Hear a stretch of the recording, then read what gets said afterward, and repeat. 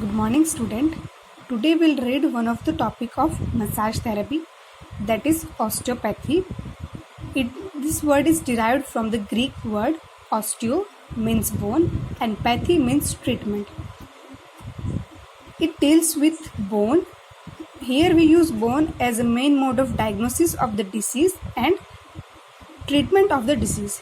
Next, we'll go for the definition. It is a type of alternative medicine that emphasizes physical manipulation of muscles, tissue and bones. मतलब कि यहाँ पर हम certain types of manipulation या movements देकर muscles, tissue और bone को हम उनकी बीमारियों को ठीक करते हैं. So, it was introduced by Andrew Taylor Still and he is also known as the father of osteopathy. तो ये पहला पर्सन है जिसने बोन्स को as a main mode of treatment लिया and he started giving the treatment using this bones. So he use this treatment mainly in 1878 to 1917. In this era, he used this as a main mode of treatment. Next, we'll go for the principle of osteopathy. There are four major principles which are given by American Osteopathy Association. Those are: the body is an integrated unit of mind, body and spirit. मतलब कि body जो है आपका सिर्फ उसमें आपका bones tissue muscles नहीं आते, even though it includes your mind and soul. Next है the body processes self-regulatory mechanism having an inherent capacity to defend, repair and remodel itself. मतलब कि आपकी बॉडी के अंदर कैपेसिटी है कि वो खुद को डिफेंड कर सके. तो किससे डिफेंड करेंगे हम? फॉरेन बॉडी से.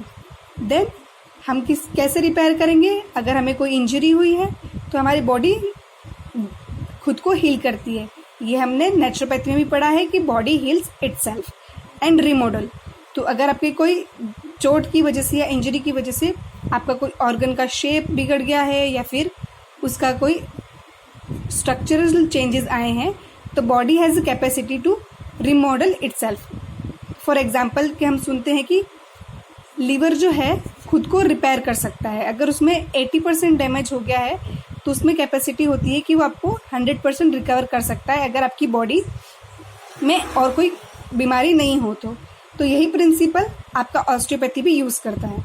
नेक्स्ट है structural and functional are reciprocally interrelated. मतलब कि आपका स्ट्रक्चर एंड उसका फंक्शन ये दोनों जो है आपके इंटर रिलेटेड होते हैं. तो अगर आप कोई ट्रीटमेंट यूज़ कर रहे हो तो उसके स्ट्रक्चर एंड फंक्शन यूनिट्स को आपका पता होना ज़रूरी है. Next, rational therapy is based on consideration of the first 3 principle. मतलब कि अगर आपको ट्रीटमेंट दे रहे हो तो आपके जो फर्स्ट 3 प्रिंसिपल हमने पढ़े वो आपके मेजर प्रिंसिपल हैं इस थेरेपी के लिए. वो क्या है? वंस अगेन मैं रिपीट कर रही हूँ. The body is an integrated unit of mind, body and spirit. Second, the body possesses self-regulatory mechanism having the inherent capacity to defend, repair and remodel itself. Third, structure and function are reciprocally interrelated. And fourth principle, rational therapy is based on consideration of the first 3 principles. Before going to uses, हमें ये बात ज़रूरी पता होनी चाहिए कि osteopath जो है वो आपका डायग्नोसिस एंड ट्रीटमेंट जो है वो आपका कैसे करेंगे? Once again by the manipulation of person's bone and muscles. So ये में जो टेक्निक है वो मेनली आपका कौन सी एरिया यूज़ करती है? आपका जो बैकबोन होती है मेनली वो इस एरिया को यूज़ करती है. And also the treatments are given for back pain and other musculoskeletal issues. So majorly ये जो आपका मोड ऑफ थेरेपी है वो बैक पेन से ज़्यादा रिलेटेड रहती है एंड आपकी जो स्पाइनल बोन है उनको ज़्यादा यूज़ करती है as a mode of treatment. Next है इसके uses. So arthritis, back pain, neck pain, foot pain, ankle pain, sciatica, and other joint pains, for example आपका elbow joint, tennis elbow, then आपकी toes pain. So arthritis में हम अगर treatment दे रहे हैं तो we have to be very careful and we have to see the x-rays before giving the treatment, because arthritis में कॉम्प्लिकेशंस बढ़ जाती हैं. नेक्स्ट है risk factor. risks are risk not risk factor, the risk in this treatment there are certain risks as other mode of treatment. For example, feeling stiff. Some person may feel stiff for 24 to 48 hours and this stiffness will disappear after the 48 hours. Next risk is headache. Some patient may feel headache for few minutes or few hours. It will also disappear after certain duration. Next हमारा risk है older patient.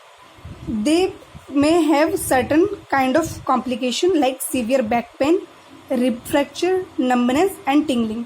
These complications are very rare, but it may be seen due to their conditions. Like older patient may have osteoporosis condition and they are very weak compared to other person, so they may have severe pain, and due to osteoporosis there are chances of fracture compared to other patient. And numbness and tingling are the symptoms of loss of nerve supply, because in old patient we see that there are sensation loss is seen. Next we read techniques. There are two types of technique, direct and indirect. In direct technique, the body part is taken directly toward the restricted motion. मतलब कि हमारा first we have to diagnose the condition. How we will diagnose? Diagnosis is done by the movement of the joint. So first we have to find out that where is the restriction. So according to that we have to move the joint in the restricted area. And in indirect condition, the body part is taken in the direction of ease and after proper positioning. मतलब कि हम पहले joint को जहाँ पर movement easy है उस direction में move करेंगे and then उसको restriction के area में ले जाएंगे. But in direct condition हम joint को directly restricted area की तरफ move करेंगे. तो हमारा इस मेथड को यूज़ करने का गोल क्या है? The goal is tissue relaxation, increase the physiological motion, decrease the pain and optimization of the homeostasis.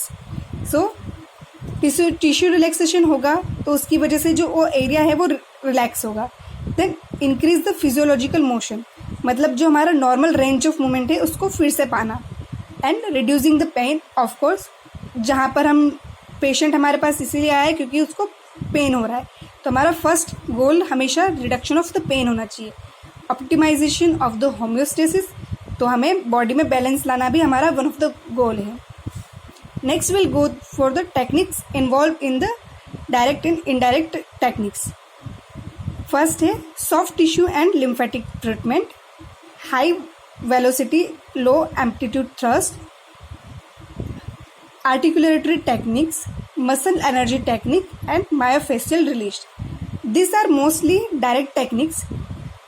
Soft tissue and lymphatic treatment, here we move tissue and to release the lymphatic drainage. For that we use this treatment. High velocity low amplitude thrust is here we give slight jerky movement to the spine.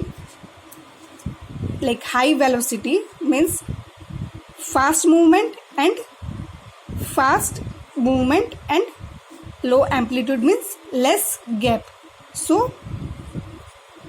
in spine we give fast and just this kind of movement we'll give. Articulatory techniques is mainly used in local area. Muscle energy treatment is used where muscle is involved, and myofascial release where muscle to gain the original length of the muscle. Thank you. Here we are done with the topic.